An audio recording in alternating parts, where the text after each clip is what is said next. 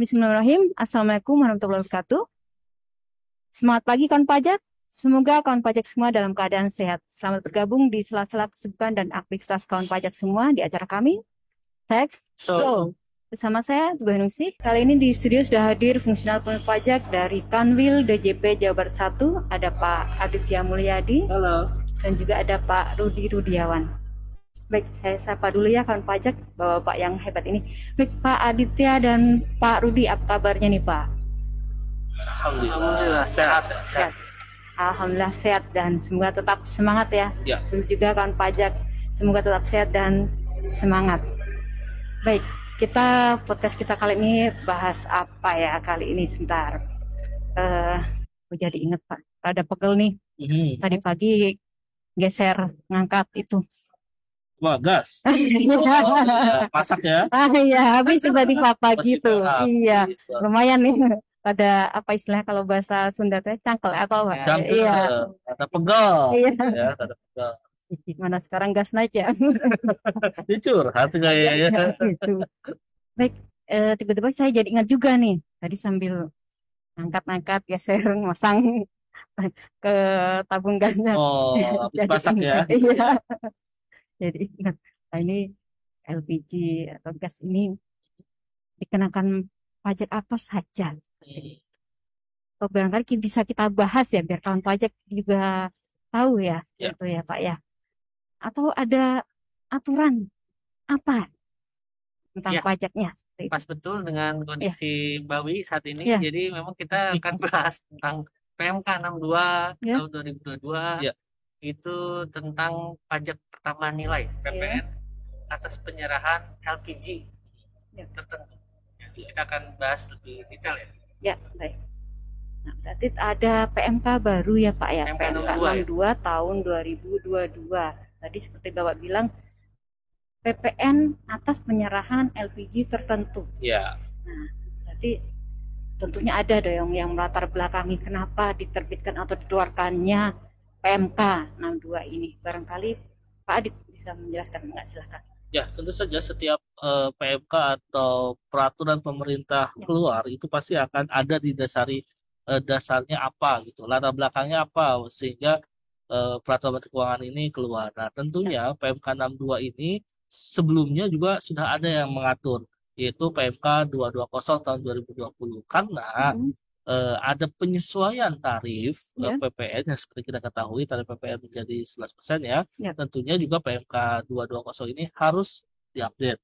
Makanya ada PMK 62 tahun 2022 menyesuaikan ketentuan mengenai nilai lain sebagai DPP atas penyerahan LPG tertentu oleh badan usaha sebagaimana diatur dalam PMK 220 yang lampau.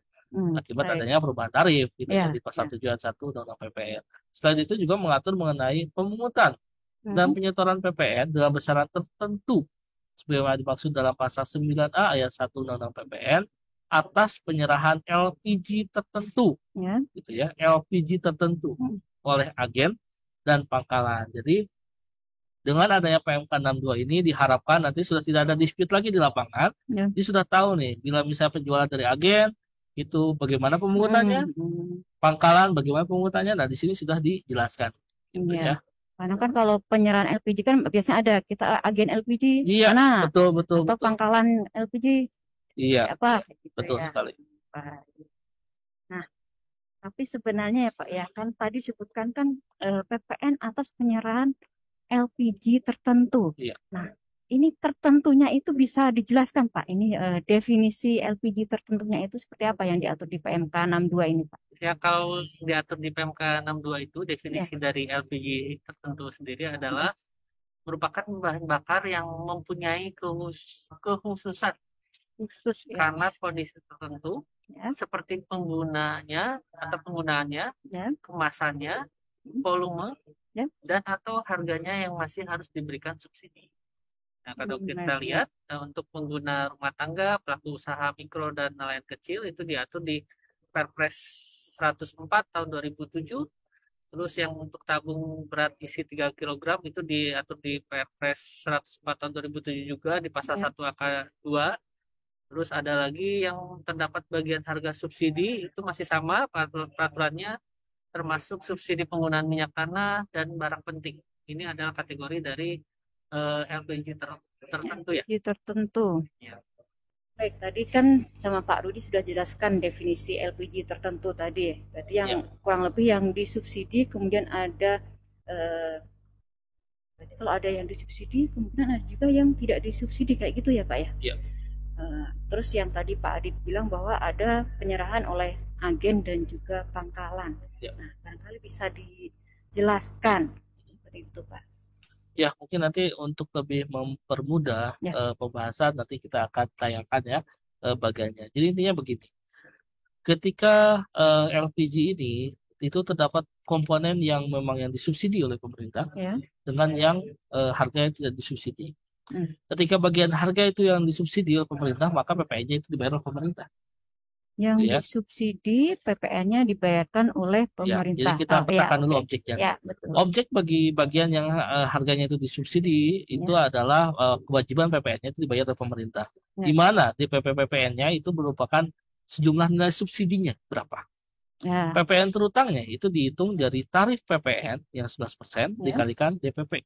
DPP-nya itu adalah nilai subsidinya ya. Nah, saat pembuatannya faktur pajaknya itu saat pengajuan pembayaran subsidi. Nanti kan Pertamina akan mengajukan pembayaran subsidi kepada pemerintah. Dan saat itu juga terutang faktur pajak. Nah, itu ya, tidak ada penkreditan pajak pasukan dan pajak keluaran karena ini murni ke pemerintah. Lain lagi dengan bagian harga yang tidak disubsidi. Ini merupakan PPN yang harus dibayarkan oleh pembeli. Bagaimana cara berhitungnya? Nah, ada beberapa cara, itu tergantung dari penyerahannya dilakukan oleh siapa. Gitu ya. Bila penyerahannya, iya betul. Dia penyerahannya dilakukan oleh badan usaha. Oleh badan usaha itu dari Pertamina ke badan usaha tertentu begitu ya. Nah, itu DPP-nya itu menggunakan DPP nilai lain. Caranya sama seperti penghitungan DPP nilai lainnya, yaitu 100/100 dikurangi tarifnya, dibagi tarifnya ya, yang 11%, langsung dikalikan dengan HJE atau harga jual eceran. Nah, PPN terutangnya gimana caranya? Langsung saja tarif PPN dikalikan DPP-nya. DPP-nya tadi yang kita hitung tadi ya. Nah, itu pembuatan faktur pajaknya adalah saat penyerahan LPG atau saat pembayaran, dalam hal pembayaran itu mendahului penyerahan LPG-nya begitu ya. Berarti pengertian faktur pajak itulah ya. Betul. Seperti itu ya. Nah, pada saat penyerahan, saat pembayaran atau dalam hal pembayaran mendahului penyerahannya berarti pembayaran tersebut ya pada saat pembayaran. Ya, betul.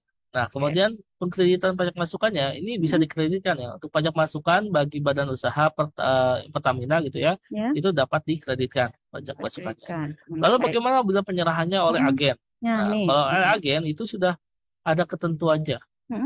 Itu ada besaran tertentu ya. Nanti bisa dilihat saja kan di situ ada 1,1 bagi 101,1 itu mulai 1 April 2022. Betul. Dan apabila yang nanti tahun 2025 itu sudah 12%, itu 1,2 dibagi 101,2 begitu ya. Itu diambil dari selisih lebih HJE, harga jual eceran dengan harga jual agen. Gitu ya. Kemudian bila penyerahannya oleh pangkalan, ya itu menggunakan besaran tertentu juga. Hampir sama tadi bentuknya ada 1,1 dibagi 101,1 itu mulai 1 April 2022 karena tarifnya 11%, nanti tahun 2025 dengan tarifnya 12%, maka 1,2 dibagi 101,2 begitu ya. Dan itu dihitung dari selisih lebih antara harga jual agen dengan harga jual di pangkalannya. Begitu. Saat pembayaran faktur pajaknya sama, mana yang lebih dulu antara penyerahan atau pembayaran. Dan pajak masuk aja bagi agen atau pangkalan tidak dapat dikreditkan. Kenapa? Kenapa itu Pak? Karena sudah menggunakan nilai besaran tertentu. Jadi dianggap sebagai PM-nya itu ya ini udah include di dalamnya adalah PM-nya. Begitu. Jadi ini lebih mempermudah karena kita seperti kita ketahui agen atau pangkalan itu kan biasanya badan usaha yang tidak besar. Gitu. Jadi ini lebih simpel. Memudahkan mereka ya. Lebih memudahkan. Seperti itu ya. Jadi tadi kalau untuk yang penyerahan oleh badan usaha pajak masukannya bisa dikreditkan. Sementara kalau penyerahan atau penyerahan oleh agen Agen atau atau pangkalan pangkalan ya. karena menggunakan besaran tertentu Iya, tadi, PM-nya tidak dapat dikreditkan. iya, Begitu betul. ya, Pak. Baik, semoga tercerahkan jangan pajak. Baik, kita break dulu untuk kita lihat informasi perpajakan berikut ini. Cowok keren itu selalu tampil maksimal. Gak pernah egois mikirin diri sendiri. Halo sayang, udah makan belum? Cowok keren itu punya prinsip untuk selalu maju tanpa larut di masa lalu. Cowok keren itu gue, karena gue lapor pajak pakai e-filing. E-filing, obat ganteng pria masa kini untuk lapor pajak. E-filing lebih awal, lebih nyaman. Baik, kawan pajak, kita kembali lagi di acara kami, Tax Show. Setelah tadi sebelum break kita ada sedikit uraian tadi ya, penyerahan oleh badan usaha, kemudian agen, pangkalan, bagaimana perhitungannya, kemudian bagaimana PM atau pajak masukannya, ada yang bisa dikreditkan dan juga ada yang tidak bisa dikreditkan. Nah, mungkin kita belajar atau kita biasanya kan kalau dengan contoh kasus kita lebih apa ya, istilahnya lebih gampang, lebih jelas seperti itu. Nah, ini kalau tadi ada yang penyerahannya ke badan usaha, bisa dicontohkan seperti apa, Pak? Ya, baik. Untuk lebih mempermudah tadi teori tadi ya penghitungan, ini ada contoh yang pertama adalah penyerahan pada titik serah dari badan usaha. Contoh case-nya seperti ini ya. Pada tanggal 12 April 2022, PT Pertamina Persero sebagai badan usaha yang mendapatkan penugasan dari pemerintah untuk melaksanakan kegiatan penyediaan dan pendistribusian LPG tertentu menyerahkan 15.000 tabung LPG tertentu kepada PT ABC yang telah ditunjuk oleh PT Pertamina Persero sebagai agen dengan harga jual eceran yang berlaku pada tanggal penyerahan sebesar Rp12.750 per tabung. Baik. Maka atas penyerahan tersebut terutang pajak PPN dengan perhitungan sebagai berikut. DPP-nya 15.000 dikali 100 per 111 kali 12.750 rupiah sehingga menghasilkan 172.297.297,29 ratingnya. Iya. Sehingga PPN-nya yang terutang 11% kali tadi DPP-nya menghasilkan 18.952.702 rupiah. Ini contoh case kalau penyerahannya dari titik serah badan usaha ya. Nah, berarti tadi sudah contoh yang untuk penyerahan badan usaha. Nah, ada juga berarti kan penyerahan oleh agen. Ya. Bisa dicontohkan? Ya, saya menyambung saja tadi yang sudah dicontohkan oleh Pak Rudi ya. Bisa tadi PT ABC kan dapat tabung ya dari Pertamina. Nah, PT ABC ini kan sebagai agen. Tadi selaku agen ya. Nah, sebagai agen pada tanggal contohnya 15 April ya tahun 2022 PT ABC selaku agen menyerahkan 5.000 tabung LPG tertentu kepada CV XYZ. CV XYZ ini kebetulan adalah ditunjuk sebagai pangkalan oleh PT ABC. Ya. Gitu ya. Nah, harga jual agen itu sebesar 14.000 per tabung. Harga jual eceran yang berlaku adalah 12.750. Tadi kan Pak Rudi ketika penyerahannya kepada agen itu 12.750 ya. Ya, betul. Nah, sedangkan harga jual di agen itu 14.000. Ya. Dalam hal ini PT ABC telah dikukuhkan sebagai PKP gitu ya. Maka atas penyerahan tersebut terutang pajak pertambahan nilai dengan perhitungan sebagai berikut. Ya. PPN terutangnya itu adalah sebesar 5.000 atau 5.000 tabung. Ya. Itu dikalikan dengan 1,1 dibagi 101,1 dikali dalam kurung 14.000 dikurangi 12.750. Kenapa? Ada selisih antara harga jual eceran dengan harga agen. Kita cari selisihnya, kita cari untungnya.